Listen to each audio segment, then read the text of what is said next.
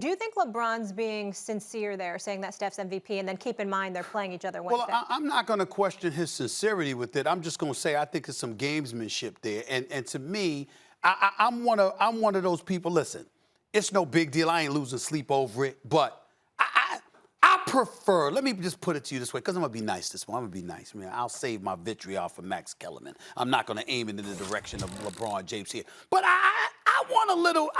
I want a little animosity. I want LeBron knowing that Steph is coming to slay the king. You see what I'm saying? And what's up? We ready. I want that. You know, one of the things that guys from the past, and again, I'm relatively old school, and guys from the past, I really, really appreciated it. You don't have to go to the extreme of Pat Riley where he didn't want guys being friends at all off the court and stuff like that. But I also don't want you on the court singing Kumbaya to one another, hugging one another. You know, like, I don't need all that. I mean, we about to go at it. You see what I'm saying? And the intrigue that comes with just a touch of animus before you encounter one another is appealing to the viewer. And that is something that LeBron James almost has never, ever given up. He's such a likable guy. You know, and you see stars around him, and you know, he loves on them, they love on him. He's a lot of fun, they joke around and stuff like that. I remember years ago when him and D-Wade were going up against each other after they left, or after he had left Miami and stuff like that. They hugged each other so damn much on the court, everybody was like, what the hell's going on? They're boys. Yeah, I'm just saying, but what I'm saying is that I know they're going to go at each other. Yeah. But from a fan's perspective, you want to sense a little bit of animus just on a basketball court. Okay. You want to sense like, I'm going to bust your living, you know what, here I come. You want to see it. You want to know it's coming. You want to feel it. And I'm not saying you don't necessarily feel that here. I'm just saying that it doesn't escape me that he doesn't speak ill of the competition. And it's had a contagious effect because we don't see too many dudes doing that in today's NBA game. And some of us miss it. I'm with you. Max? Well, I mean, is this, like, you're saying you miss the gamesmanship? Yeah, I kind of do too. But I think he's not only being sincere, I don't think LeBron needs to butter anyone up. Like, hey, Steph, I'm saying nice things about you. Take it easy on me, will you? No, I think this is like the Bob Gibson quote, one of the greatest pitchers of all time. He said, the best catch ever is like watching the girls go by. The prettiest one is the last one you saw. That's the best catch ever. Same thing here with LeBron and Steph and MVP, I think. He's seeing a league where, look, James Harden was balling, got hurt. Embiid was balling. LeBron was balling. KD was balling. They all got hurt. Jokic been balling wire to wire. But Dame, for a lot of the season, they looked like he got tired, right? Or a little hurt. Steph Curry not only had a really good season the whole time, but put the pedal to the metal recently. Last month or so, he's been out of his mind. So the lasting impression that LeBron has about Steph is that.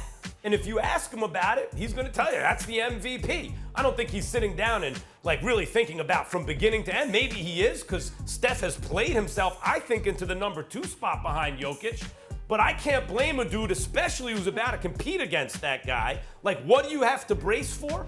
And LeBron's thinking, I got to brace for the dude who had the best season in the league this year. Whether I agree with him or not, I get recency bias and how he could really think that, because Steph has been impossibly great, especially over the last, 30 games or so? Yep. It's been ridiculous. I think he's just telling you the truth. Let me throw something at you, and maybe it's a little bit of the cynic in me, Stephen A. But first we had LeBron come out with the comments, and he said, you know, I'm not 100%. I never know if I'll be 100% again. And now he's saying Steph's the MVP. I think he's just setting up the narrative like, hey, when we beat Steph and the Warriors and we take them out real quick, I beat the MVP. Or when I win this chip, I wasn't 100%.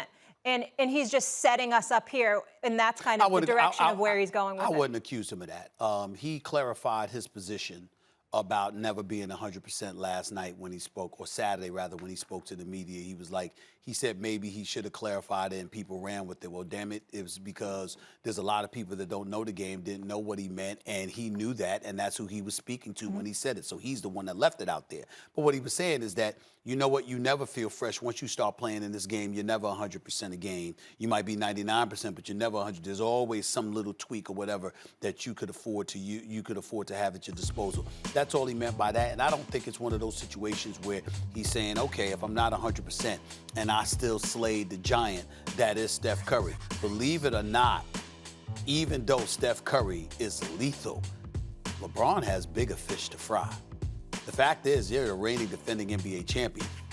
Utah, Phoenix, the Clippers, Denver, they all are there waiting for you with home court advantage.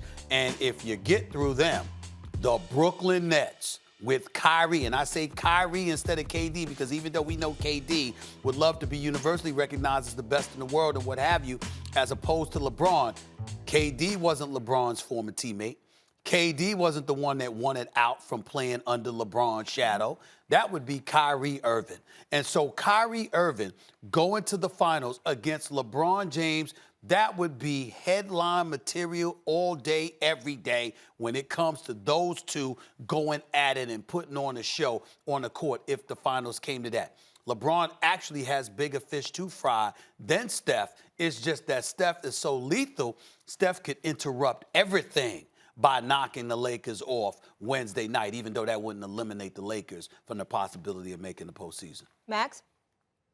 I mean, when Stephen A. talks about gamesmanship, Stephen A., you actually told me my favorite sports story of all time, and it was about Michael Jordan. And I'll just give you the cliff notes, everybody, that Jordan used to antagonize opponents before playoff games.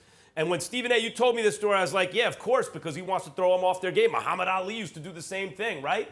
Get him angry, get him off kilter, and you take advantage. Stephen A., you told me, no, Jordan did it because he wanted that dude at his best so that when he beat him, that dude knew and Jordan knew, I beat your best, which is why he's saying Anita's Baker's giving you the best that I got to him, right, while he was giving him work.